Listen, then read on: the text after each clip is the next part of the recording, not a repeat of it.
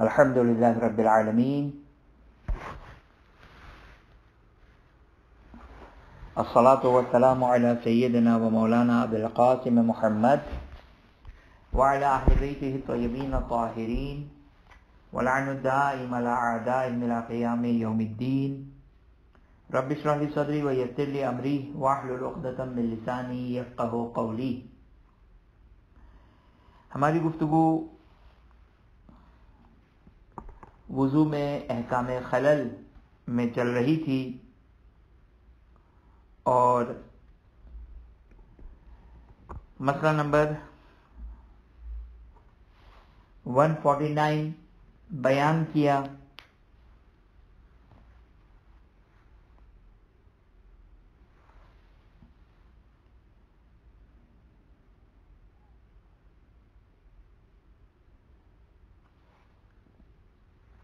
مسئلہ نمبر 149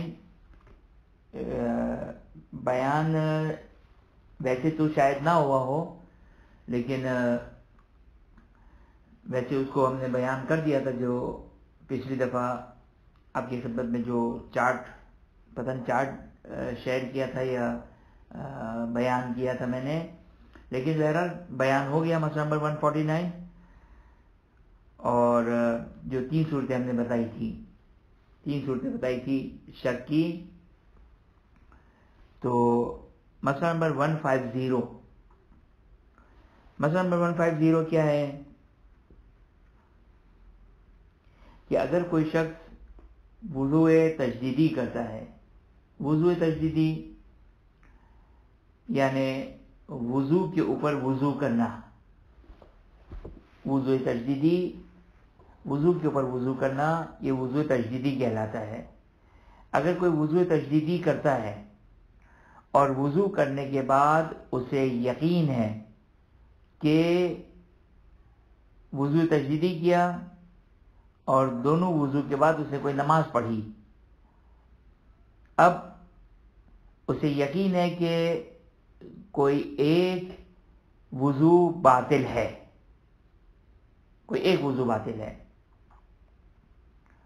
توجہ کیا آپ نے؟ اس کو کیا کہتے ہیں؟ فقہ کی اصطلاح میں کہ یقین ہے کہ وضو باطل ہے، لیکن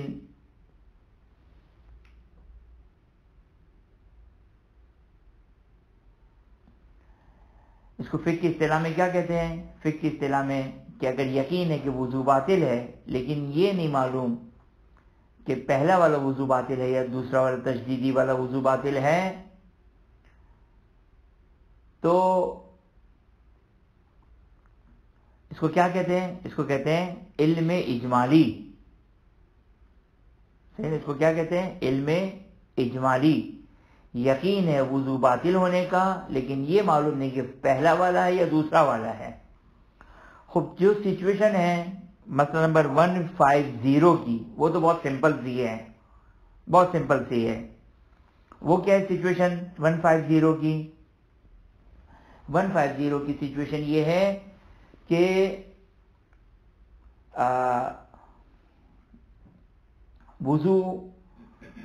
دو وضو کیے، ایک اصلی وضو کیا طہارت کی نیت سے، فار ایگزامپل، یا طہارت کی نیت سے کیا یا نماز کی غرض سے کیا یا جو بھی اسباب ہیں وضو کے، اس نیت سے وضو کیا اور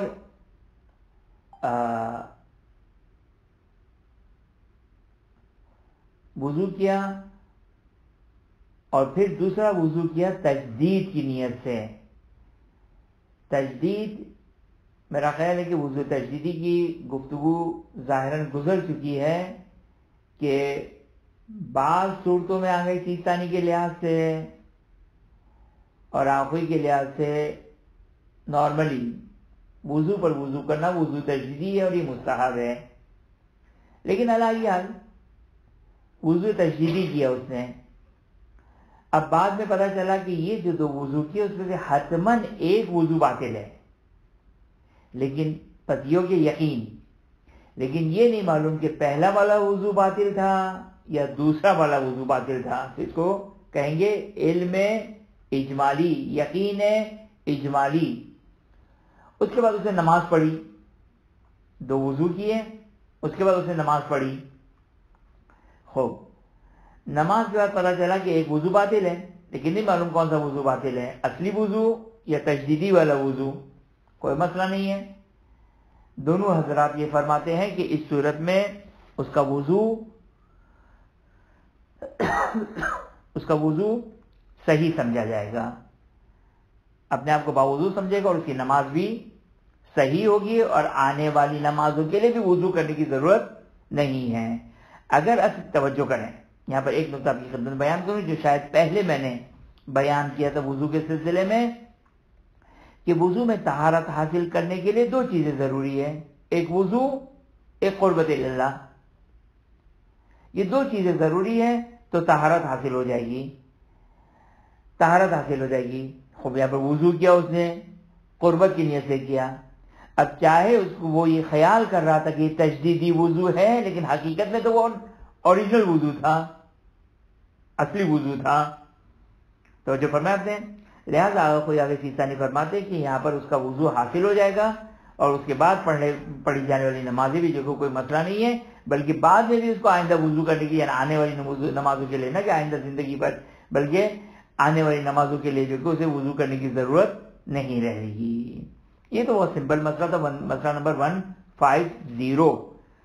مسئلہ نمبر 151.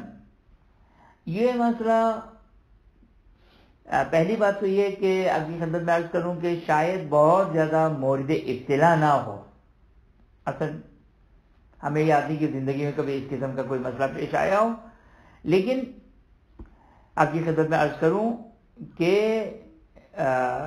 یہ مسئلہ اولاً تو ہم منہاج کا جو سیکوینس ہے اس کے اعتبار سے یہ مسئلہ آیا ہے تو پڑھیں گے 151. اور دوسرا یہ کہ بہرحال اس سے ایک فقہ کی سوجھ بوجھ اور فقہ کا فہم جو ہے، وہ فقہ کا فہم اور فقہ کی سوجھ بوجھ جو کو زیادہ اچھا ہوگا، اور فہم میں اضافہ ہوگا فقہ کے اعتبار سے. لہذا جو ہے وہ اس مسئلے کو ہم بہرحال ڈسکس کر لیتے ہیں، لیکن بہرحال پریکٹیکل نہیں ہے، لیکن ممکن ہے بعض رولز کی طرف ہم اشارہ کریں، وہ دیکھتے ہیں انشاءاللہ کون سے یہاں پر اپلیکیبل ہے، دیکھتے ہیں انشاءاللہ. مسئلہ نمبر 151. خوب توجہ کریں. مسئلہ نمبر 151.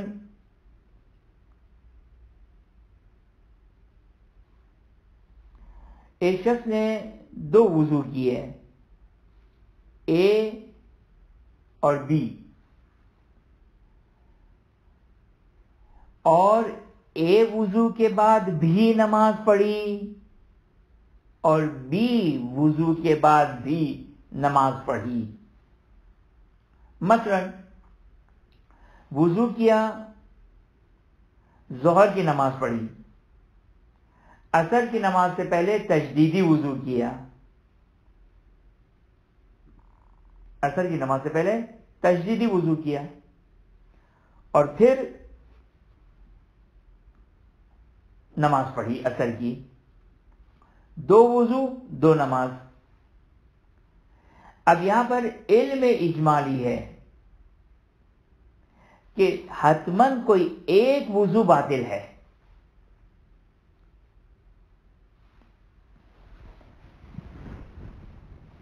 کوئی ایک وضو باطل ہے. obviously وہ وضو افیکٹ کریں گے نمازوں کے اوپر بھی، لہذا اب ایک قسم کا علم اجمالی ہو گیا کہ 2 میں سے ایک نماز حتماً باطل ہے. اب یہاں پر کیا کریں؟ آپ کی خدمت میں مجھے اچھی طرح یاد ہے، میں نے علم اجمالی کا قصہ سنایا تھا، یعنی پورا علم اجمالی کیا ہوتا ہے ایک حد تک میں نے کافی اس میں تفصیل سے ہم نے علم اجمالی میں گفتگو کی تھی. تھوڑا سا اجمالی طور پر یہاں پہ بیان کر دوں کہ علم اجمالی میں عام طور پر یہ ہوتا ہے کہ جب دو چیزوں کے بارے میں علم اجمالی ہو، اس کو ٹیکنیکلی کیا کہتے ہیں، بریکٹ میں لکھ لیں، دو معلوم بالاجمال ہو، معلوم اجمالی ہو. یہ وضو بھی معلوم اجمالی ہے کہ یہ باطل ہے، معلوم اجمالی یہ ہے کہ یہ وضو باطل ہے، ان دو میں سے کوئی ایک وضو باطل ہے. تو یا یوں کہہ کے علم اجمالی ہے یا یوں کہہ کے دو معلوم بالاجمال ہیں. علی یہ حال علم اجمالی کے بارے میں کیا بیان کیا تھا ہم نے؟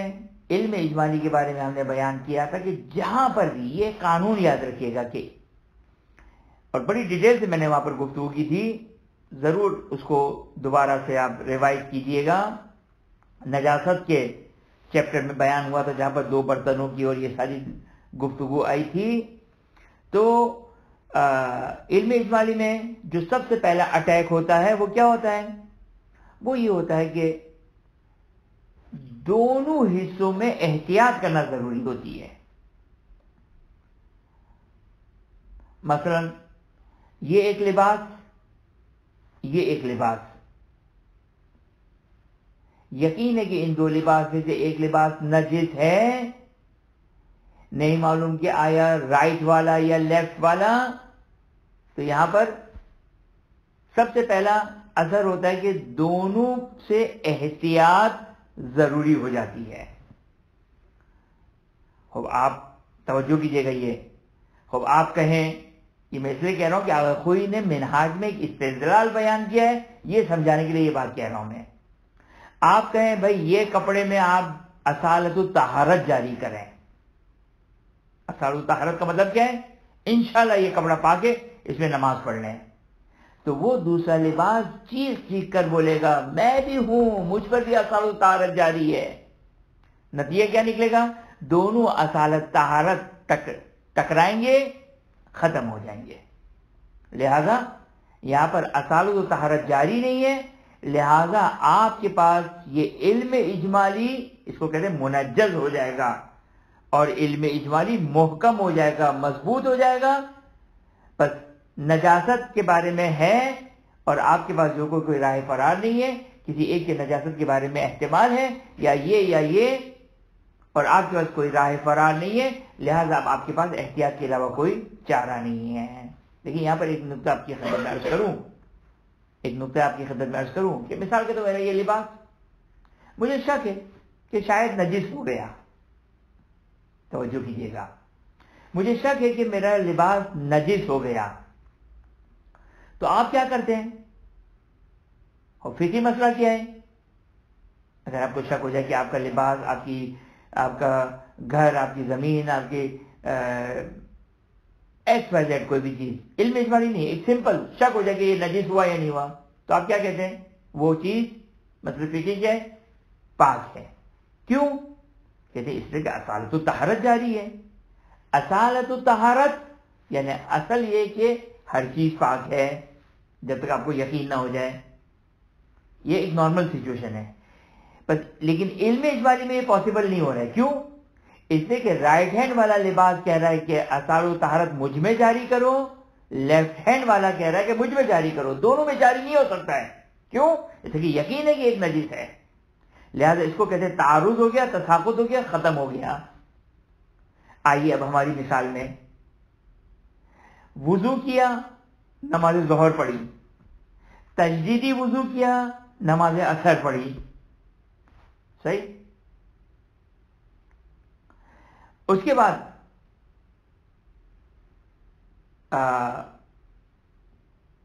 یقین یا اطمینان کہ ایک وضو باطل، بس ایک وضو باطل، لہذا یہاں پر جو ہے وہ کوئی نہ کوئی ایک وضو باطل، لہذا نمازیں بھی علم اجمالی کا شکار ہو گئی. اب توجہ کیجیے گا، پہلی نماز کیا کہتی ہے کہ قاعدہ فراق مجھ میں جاری کرو. دوسری نماز کہتی ہے قاعدہ فراق مجھ میں جاری کرو. قاعدہ فراق کیا تھا؟ قاعدہ توجہ کریں، قاعدہ فراق کیا تھا؟ ہر عمل کو انجام دینے کے بعد جب شک ہو جائے کہ آیا ہم نے صحیح طریقے سے انجام دیا یا نہیں دیا، تو قاعدہ فراق اس کو سپورٹ میں آ کر اس کو بچا لیتا ہے.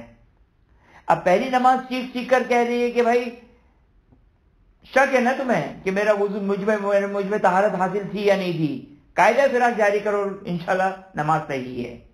دوسری نماز بھی کہہ رہی ہے کہ قاعدہ فراق مجھ میں جاری کرو, نماز صحیح ہے. لہذا آگے سیستانی فرماتے ہیں, آگے سیستانی میں اختلاف ہے یہاں پر. آگے سیستانی فرماتے ہیں قاعدہ فراق تعارض ہو کر دونوں گر جائیں گے, دونوں نماز باطل. لہذا آگے سیستانی فرماتے ہیں کہ آپ کے لیے واجب ہے کہ آپ نماز ظہر اور عصر نئے وضو کے ساتھ دوبارہ سے کریں ہیں, دوبارہ سے نماز ظہر اور عصر کو پڑھیں ہیں. آگے سیستانی اس بات کو قبول نہیں کرتے ہیں, کیونکہ یہ سیستانی نے تو یہاں پر یہ نہیں بیان کیا, لیکن آخوئی نے ایک اشارہ کیا. آخوئی نے اپنی منہاج میں اشارہ کیا اور کیا کہا کہ فکر کرنے کی ضرورت نہیں ہے, آپ پہلی نماز کو صحیح مان لیں, دوسری نماز کو تکرار کرنا ہے, دوسری نماز کو تکرار کرنا ہے. خوب کیسے؟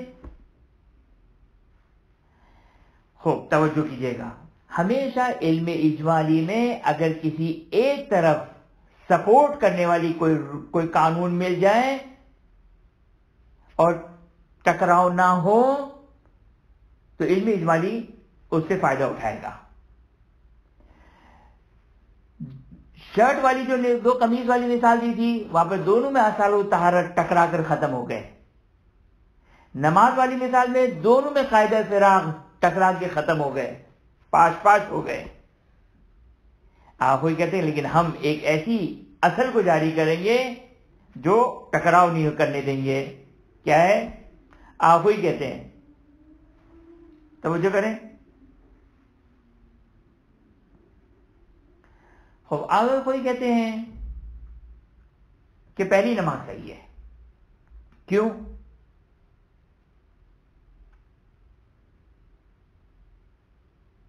ایک سیکنڈ, مسئلہ نمبر 151.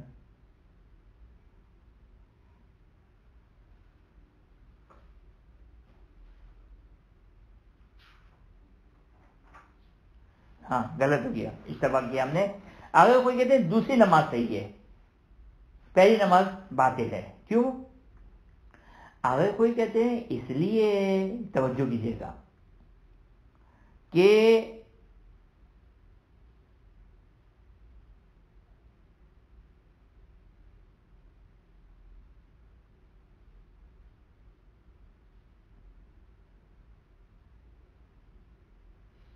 نہیں, توجہ کیجیے گا,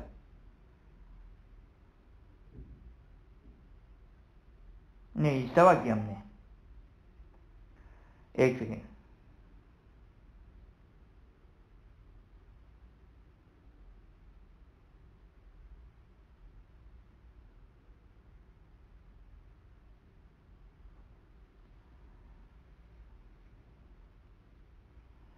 ہاں نہیں, معذرت کے ساتھ. خوب توجہ کریں. آخوئی کیا کہتے ہیں؟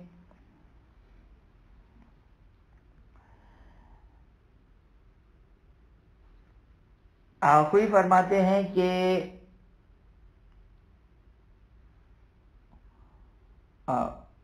ایک دفعہ ہم وضو کو دیکھیں گے, ایک دفعہ نماز کو دیکھیں گے.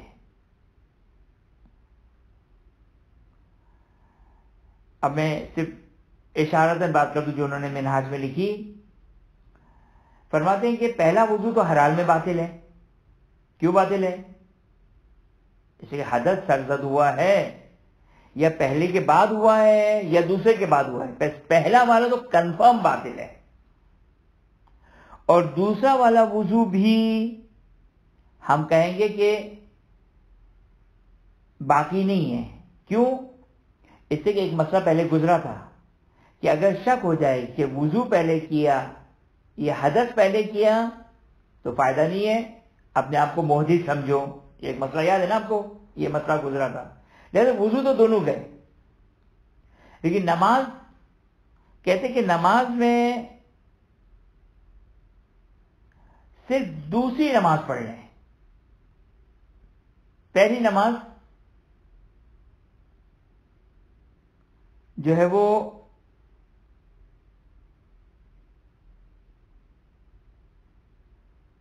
پہلی نماز صحیح ہے، دیکھیے آسان الفاظ میں ایک جملہ بیان کر دوں، پھر اس کے بعد جو آرام کرنا چاہے وہ آرام کر لیں. پہلی نماز صحیح ہے، دوسری نماز باطل ہے. پہلی نماز صحیح ہے اور دوسری نماز باطل ہے.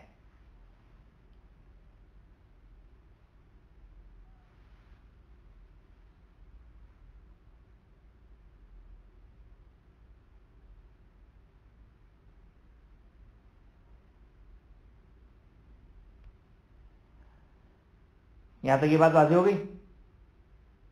مسئلہ شریح بیان ہو گیا کہ پہلی نماز، مسئلہ تو واضح ہے نا کہ پہلی نماز صحیح ہے اور دوسری باطل ہے. اب اس کا فلسفہ کیا ہے؟ یہ اجازت دیں تو میں ایک فلسفہ بیان کر دوں جو آپ نے بیان کیا ہے کہ اس کی وجہ کیا ہے. مسئلہ شریح کیا ہو گیا؟ خلاصہ مسئلہ پہلے میں بیان کر دوں. خلاصہ مسئلہ یہ ہوا، توجہ کیجیے گا، خلاصہ مسئلہ یہ ہوا کہ وضو کیا، نماز پڑھی، وضو کیا، نماز پڑھی، وضو کیا، ظہر کی نماز پڑھی، تجدیدی وضو کیا، عصر کی نماز پڑھی. عصر کی نماز کے بعد ہمیں یقین ہے کہ حتماً ایک وضو باطل ہو گیا، پہلا والا یا دوسرا والا، پہلا والا یا دوسرا والا. صحیح؟ تو وضو تو فی الحال اس پوزیشن میں آپ اپنے آپ کو باوضو نہ سمجھیں. کیوں؟ اس لیے پہلا والا یقینی طور پر ٹوٹ چکا ہے، دوسرا والا میں حدث اور وضو کے بارے میں تاریخ معلوم نہیں ہے، ٹائم معلوم نہیں ہے، لہذا دوسرا وضو بھی معتبر نہیں ہے. اپنے آپ کو محدث سمجھے آئندہ نمازوں کے لیے. بس یہ ہو گیا وضو کا حال. اگر کوئی فرماتے یہ ہو گیا وضو کا حال. اما نماز کا حال کیا ہے؟ نماز میں فرماتے کہ دوسری تو باطل ہے، دوسری باطل ہے. خوب کیوں باطل ہے؟ خوب توجہ کریں. اب یہ میں یہاں سے کوئی نے جو دلیل دی وہ بیان کرنا شروع کر رہا ہوں.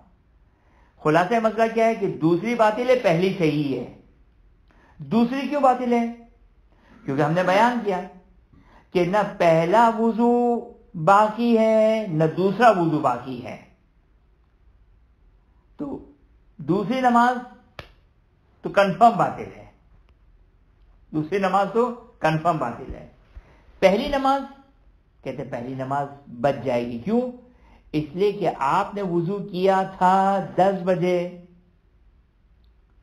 اور 12 بجے نماز پڑھی، تو آپ کہیں استصحاب طہارت، استصحاب طہارت، استصحاب طہارت، 12 بجے تک آپ استصحاب طہارت جاری کریں اور کہیں کہ انشاءاللہ العزیز پہلی نماز وضو میں انجام دی. بس اب خلاصہ مسئلہ سن لیجئے، دلیلوں کو چھوڑ دیجئے. خلاصہ مسئلہ، وضو کیا، نماز پڑھی، وضو کیا، نماز پڑھی. ایک وضو باطل نہیں معلوم، پہلے والے وضو کے بعد حدث ہوا یا دوسرے والے وضو کے بعد حدث ہوا، پہلی والی نماز باطل ہوئی یا دوسری والی نماز باطل ہوئی. آگے سیستانی فرماتے کہ دونوں نمازوں سے ہاتھ دھو لیا آپ نے، دونوں نمازیں باطل ہو گئی، دوبارہ سے نماز پڑھیں. اگر کوئی کہتے کہ پہلی نماز صحیح ہو گئی اور دوسری نماز باطل ہو گئی، یہ ہو گیا مسئلہ شرعی. اب دلیلیں سمجھ میں آئی یا نہ آئی اس کو چھوڑ دیں. اگر کسی کو مزید دلیلوں میں اگر انٹرسٹ ہو اور اتنی میری 70 80 90% باتیں سمجھ میں آ گئی اور ایک دو باتیں سمجھ میں نہیں آئی دلیلوں کے بارے میں تو وہ پوچھنا چاہے تو وہ پوچھ سکتے ہیں، لیکن بہرحال مسئلہ شرعی بیان کر دیا. اچھا،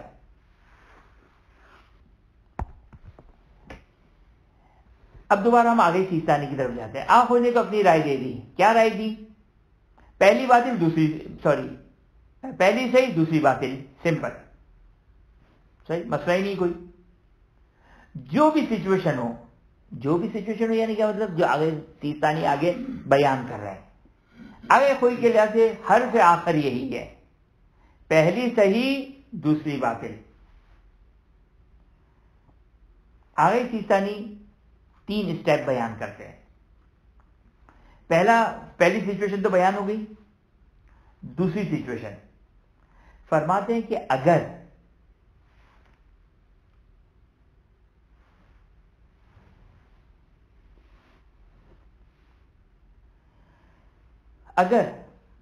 پہلی کا ٹائم گزر چکا ہو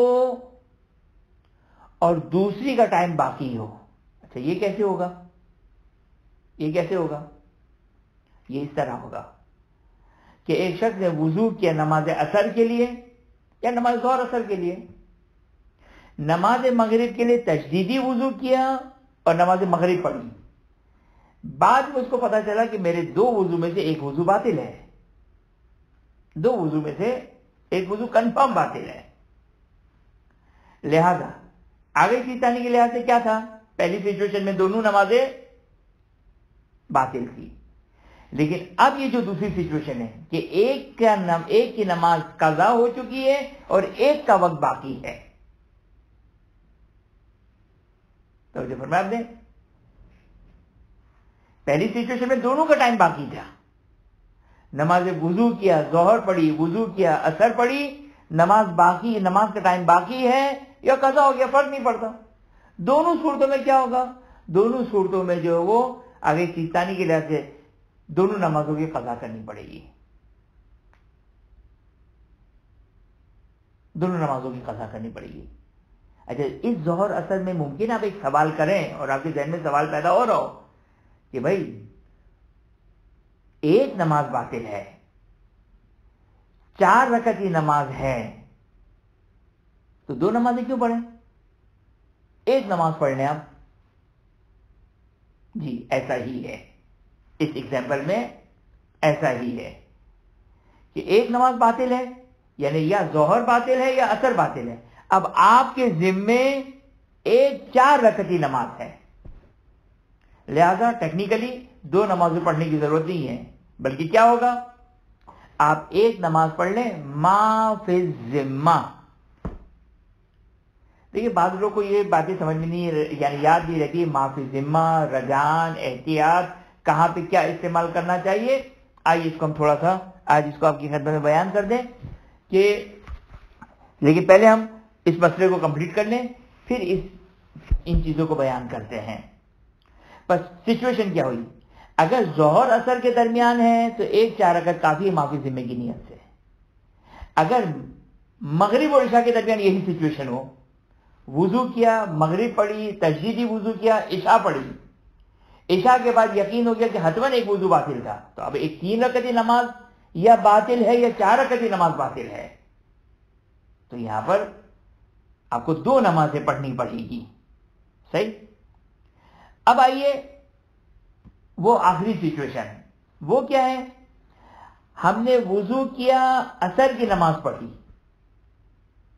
نماز کا وقت ختم ہو گیا، مغرب کا وضو کیا تجدیدی اور مغرب کی نماز پڑھی، اور اب ہمیں یہ علم اجمالی بن گیا کیا کہ نہیں معلوم یا عصر کی نماز یا عصر کا وضو باطل تھا یا مغرب کا وضو تجدیدی باطل تھا، تو یا عصر کی نماز باطل یا مغرب کی نماز باطل. یہاں پر آگے سیستانی کہتے ہیں کہ کیا کہتے ہیں مغرب میں قاعدہ فراق جاری نہیں ہوگا، لیکن عصر میں قاعدہ فراق جاری ہوگا کہ وہ وقت ختم ہو چکا ہے. ایک قانون ہے ہمارے پاس، توجہ کریں، ایک اور رول ہے. وہ رول کیا ہے کہ اگر وقت ختم ہونے کے بعد اگر شک ہو جائے کہ میں نے نماز پڑھی یا نہیں پڑھی، صحیح پڑھی یا نہیں پڑھی، نماز صحیح ہے. خوب یہ رول عصر کی نسبت جاری ہو رہا ہے، مغرب کی نسبت جاری نہیں ہو رہا ہے. توجہ کیا آپ نے؟ لہذا عصر کی نماز صحیح ہو جائے گی، مغرب کی نماز جو وہ آگے سیستانی فرماتے کہ دوبارہ سے پڑھنی پڑے گی، یعنی دوبارہ سے پڑھنی پڑے گی. واضح ہو گیا یہ مسئلہ؟ ایک دفعہ خلاصہ بیان کر دوں کہ اگر ہم 3 سچویشن بیان کرتے ہیں تاکہ مسئلہ آسان ہو جائے. وضو کیا، نماز ظہر پڑھی، وضو تجدیدی کیا، نماز عصر پڑھی. ابھی ہمیں پتہ چلا کہ کوئی ایک وضو باطل تھا، لہذا ایک نماز باطل. اگر کوئی کو چھوڑ دیں، آخوئی کا مسئلہ آسان تھا. آخوئی کا سمپل جواب، پہلی صحیح دوسری باطل، جو بھی سچویشن ہو جائے، پہلی صحیح دوسری باطل. یہ تو آگے کوئی ہوگی سائڈ میں. آگے سیستانی کے لحاظ سے یہ ظہر اثر کی مثال سامنے رکھیں. بس کیا کہتے ہیں آگے سیستانی کہتے ہیں کہ دونوں کو دوبارہ پڑھنا پڑے گی، لیکن چونکہ یہاں پر ظہر اثر کی سچویشن ہے، دونوں 4 رکعتی والی نماز ہے اور آپ کے ذمے ایک 4 رکعتی نماز ہے، لہذا آپ کے لیے ضروری نہیں ہے کہ آپ ظہر پڑھیں اثر پڑھیں، بلکہ آپ ایک 4 رکعتی نماز پڑھ لیں. نہ اس کو ظہر آئیڈینٹیفائی کریں نہ اثر آئیڈینٹیفائی کریں، بلکہ نیت کریں جو بھی میرے ذمے ہیں،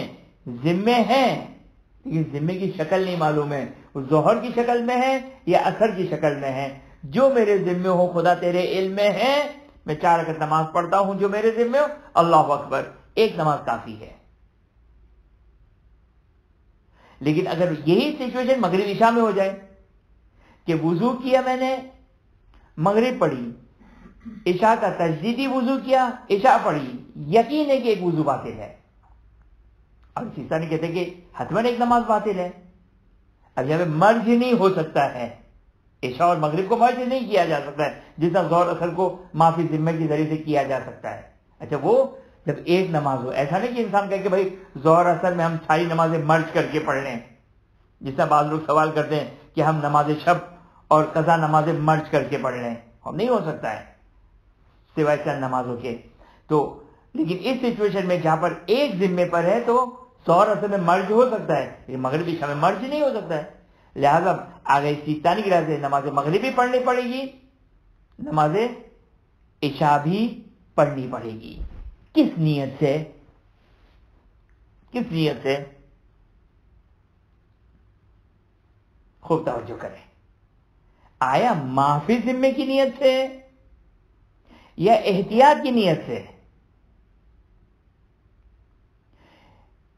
نماز ظہر اثر میں معافی ذمے کی نیت سے، نماز مغرب عشاء میں معافی ذمے کی نیت سے نہیں بلکہ احتیاط کی نیت سے. اب آئیے اس کو سمجھیے کہ کہاں پر معافی ذمہ ہوتا ہے، کہاں پر احتیاط کی نیت ہوتی ہے. اب یہ مسئلہ یعنی ابھی تک تو یہ جو مسئلہ تھا میں نے آپ کی خدمت بیان کیا کہ شاید پیش نہ آتا ہو، لیکن خود یہ دیکھیں فقہ سمجھ میں آ رہی ہے، ہمیں علم اجمالی سمجھ میں آ رہا ہے، ہمارے علم میں اضافہ ہو رہا ہے. اب یہ ایک امپورٹنٹ مسئلہ جو بہت زیادہ پیش آنے والا ہے، کہاں معافی ذمے کی نیت ہوتی ہے، کہاں پر احتیاط کی نیت ہوتی ہے، احتیاط کی نیت ہے، اور کہاں پر رجا کی نیت ہے. یہ بھی ہم بیان کر دیں آج کہاں پر رجا کی نیت ہے. معافی ذمہ ایک حد تک واضح ہو گیا. معافی ذمہ کسے کہتے ہیں؟ کہاں نیت کریں گے معافی ذمہ کی؟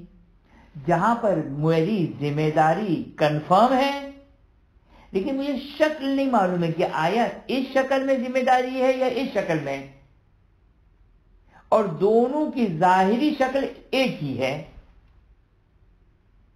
اب میں اس کو جملہ آپ نے لکھ لیا، واپس سے ریپیٹ کرتا ہوں. معافی ذمے کے لیے معافی ذمہ میرے ذمے پر ایک ہے، آیا اے والی عبادت یا بی والی عبادت ایک ہے لیکن دونوں ہے سملر.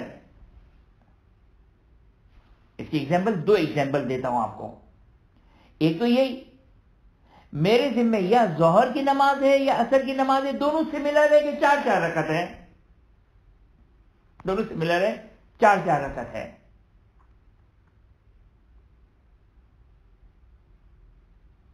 یہ ایک ایگزامپل. دوسری ایگزامپل تھوڑی سی ہٹ کر، مثلا ایک شخص کو معلوم ہے کہ مجھ پر ایک واجب روزہ ہے، نہیں معلوم قضا کا ایک روزہ ہے، یاد رکھیے گا ایک قضا روزہ واجب ہے مجھ پر، یا قضا کی شکل میں ہے یا منت کی شکل میں ہے، نہیں معلوم. تو میں اب روزہ کس نیت سے رکھوں گا؟ ما فی الذمہ، جو میرے ذمہ ہو. کچھ تو ہے لیکن یہ نہیں معلوم کہ ظہر کی شکل میں ہے یا عصر کی شکل میں ہے، قضا کی شکل میں ہے یا منت کی شکل میں ہے.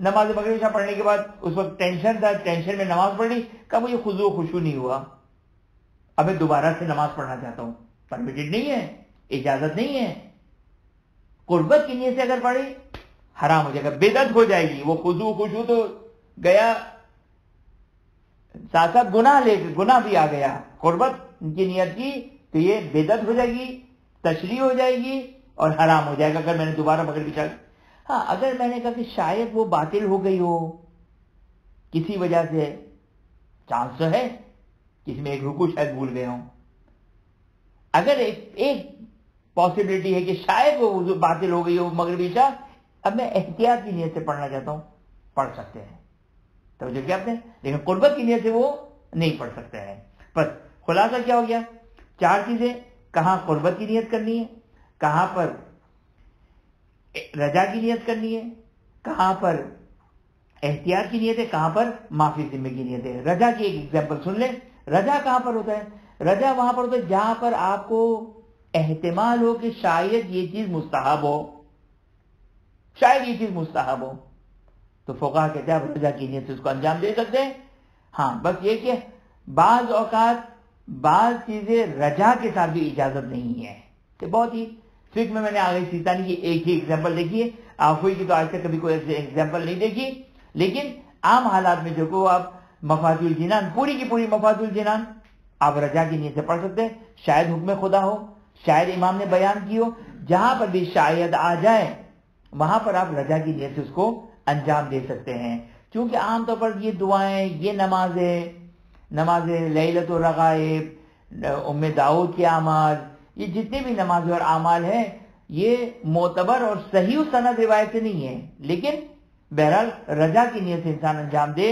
اور روایات بھی ہمارے پاس کہ اگر کوئی شخص رجا کی نیت سے انجام دے تو اگر حدیث میں نہیں بھی آیا ہوگا تو بھی ثواب مل جائے گا. تو ان تمام چیزوں میں رجا کی نیت سے عبادت کو انجام دیا جاتا ہے. بس یہ چاروں چیزوں کی ایگزامپل اور مثال اور وضاحت کر دی. قربت اللہ، رجان، احتیاط اور معافی ذمہ. وآخر دعوانا ان الحمدللہ رب العالمین. اگر کسی کا کوئی سوال ہے.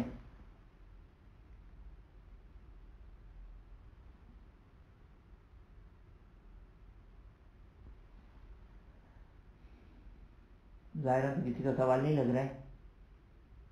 میرا ایک سوال ہے جی کہ احتیاط کے جو آپ نے بتایا تو اب ان میں سب سے لوئسٹ لیول آف نیت جو ہے وہ احتیاط کی ہوگی. مطلب احتیاط کرنے تو جہاں اگر کسی کو رجعان نیت کرنی تھی وہ احتیاط نیت کرے تو وہ بھی ایکسیپٹیبل ہوگا یا نہیں؟ ہو یہ دیکھیں، یہ ایک اچھا سوال ہے. اور کہ اگر انسان احتیاط کی نیت کر لیتا ہے ہر جگہ کوئی مسئلہ نہیں ہے. دیکھیے یہ بعض اوقات واقعا انسان کو نہیں پتہ چلتا ہے کہ یہ احتیاط کا مورد ہے، رجا کا مورد ہے، قربت کا مورد ہے. یعنی بعض اوقات قربت میں بھی انسان کو نہیں پتہ چلتا کہ یہ قربت کا مورد ہے یا نہیں ہے. میں فی الحال ایگزامپل نہیں دیتا ہوں، لیکن بعض اوقات انسان کو نہیں پتہ چلتا کہ یہ قربت کا مورد ہے، رجا کا مورد ہے، احتیاط کا مورد ہے، معافی ذمہ کی مورد ہے. تو اس صورت میں اگر انسان احتیاط کی نیت سے یا رجا کی نیت سے بھی اگر انجام دے تو اس کا عمل جو وہ صحیح ہو جائے گا، درست ہو جائے گا. ایک سوال اور ہے صاحب جی ابھی آپ نے بتایا تھا نا کہ اگر ایک نماز باطل ہو تو دوسری پڑھ سکتے ہیں، تو کیا یہ ضروری ہے کہ نماز باطل ہو تو دوسری پڑھی جائے قربت کی نیت سے؟ اگر ہم احتیاطاً پڑھتے تو کیا واپس سے سوال کریں؟ مطلب اگر جیسے ایک نماز ہم نے پڑھی ظہر کی اور اب اگر یہ کسی چیز کا اس میں شک ہوا تو ہم دوسری دفعہ اس نماز کو پڑھیں گے تو قصد قربت کی نیت سے نہیں پڑھ سکتے؟ نہیں، کیوں پڑھیں گے؟ جائز نہیں ہے. قصد قربت کی نیت کا مطلب ہے کہ حکم خدا ہے. قصد قربت کا مطلب حکم خدا ہے. ہم تو اس کو صحیح نہیں مان رہے نا. آپ کی صحیح ماننے نہ ماننے سے کوئی تھوڑی فرق پڑ جائے گا، لوح محفوظ تو تبدیل نہیں ہو جائے گا. جی ہمیں اگر اس نماز سے اطمینان نہیں آ رہا تو نہیں، مسئلہ ہو گیا یا کسی وجہ سے. توجہ کریں. دیکھیں یہ بہت ہی بلینک چیک سوال ہے. بعض سچویشن میں اگر آپ کو یہ ویلڈ شک ہے، نان ویلڈ شک ہے تو یہ بلینک چیک ہے. ممکن ہے بعض صورتوں میں آپ کے لیے احتیاط واجب ہو، بعض صورتوں میں احتیاط واجب نہ ہو. تو یہ اب لیکن ایسا جائز نہیں ہے. جی ہم دوبارہ جو پڑھیں گے اس کی نیت کیا ہوگی؟ کچھ بھی نہیں، جائز نہیں ہے، مگر یہ کہ آپ کو احتمال ہو، توجہ کریں، غور سے سنیں، مگر یہ کہ آپ کو احتمال ہو کہ شاید پہلی نماز باطل ہو، باطل، خضوع خشوع نہیں، احتمال ہے کہ پہلی نماز باطل ہے تو آپ رجا کی نیت سے پڑھ سکتے ہیں، ورنہ اگر آپ کو یہ یقین ہے کہ میں پہلی نماز 100% صحیح ہے، صرف خضوع خشوع کی کمی تھی، تو خود کوئی مورد نہیں ہے یہاں پر آپ ایسی اٹھک بیٹھک کرنا چاہیں تو ایک الگ بات ہے، لیکن یہاں پر کوئی رجا کا مورد بھی نہیں ہے، حکم خدا نہیں ہے یہاں پر، حکم خدا یہ کہ ایک نماز مغرب پڑھنی ہے، ایک نماز ظہر پڑھنی ہے، ایک نماز فجر اور وہ پڑھنی ہے، لہذا فقط خضوع خشوع نہ ہونے کی وجہ سے، مگر یہ کہ آپ کہیں کہ شاید کوئی میں نے جو کہ شاید رکوع بھول گئی ہوں، یا ممکن ہے مجتہد نے جو وہ یہ فتویٰ دیا ہو، شاید مجتہد کے فتوے میں اشتباہ ہو، میں ایک رجعان نماز پڑھنا چاہ رہی ہوں، تو پھر کوئی مذائقہ نہیں ہے، رجعان پڑھی جا سکتی ہے، لیکن قربت کی نیت سے پڑھنا جائز نہیں ہوگا۔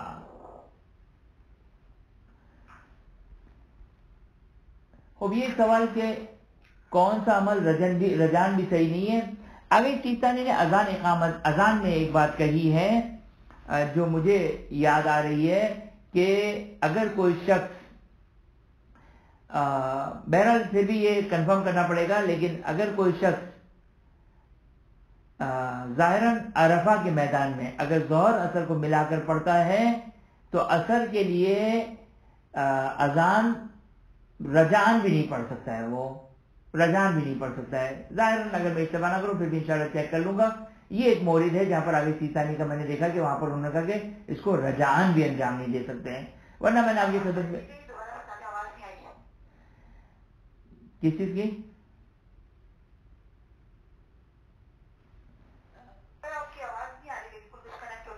جی دیکھیں جو ہے وہ رجعان کی اگزامپل کیا ہے کہ جہاں پر آگے سیستانی منع کرتے ہیں، وہ ایک اگزامپل جو ہمارے ذہن میں ہے، پھر بھی آپ اذان کے چیپٹر میں دیکھ لیجئے، اگر مجھے موقع ملا تو وہاں پر دیکھ لوں گا کہ اگر کوئی شخص عرفہ کے میدان میں جہاں پر ملا کر ظہر اثر نماز پڑھنی ہے وہاں پر اثر کی نماز کے لیے اذان ساقط ہے، آگے سیستانی فرماتے کہ وہاں پر رجعان بھی نہیں پڑھ سکتے ہیں، وہاں پر رجا کی نیت سے بھی نہیں پڑھ سکتے ہیں، یہ وہ ایک مورد ہے جہاں پر میں نے دیکھا ہے آگے سیستانی کہ جہاں پر رجعان کو وہ جائز نہیں مانتے ہیں، باقی عام حالات میں رجعان پڑھنے میں کوئی حرج نہیں ہے۔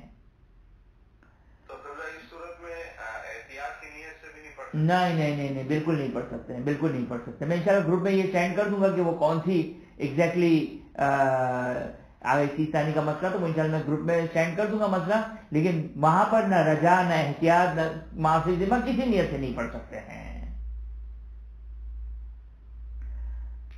خدا کی بارگاہ میں دعا گو ہے کہ خداوند بحق محمد و آل محمد، علوم محمد و آل محمد علیہ السلام سمجھنے کی توفیق عطا فرما، اس پر عمل کرنے کی توفیق عطا فرما، اپنی آخری حجت امام عصر زمان سلام اللہ علیہ کی ظہور میں تعجیل فرما، حاضر مجلس مومنات کی تمام جائز حاجات کو پورا فرما، وآخر دعوانا ان الحمدللہ رب العالمین۔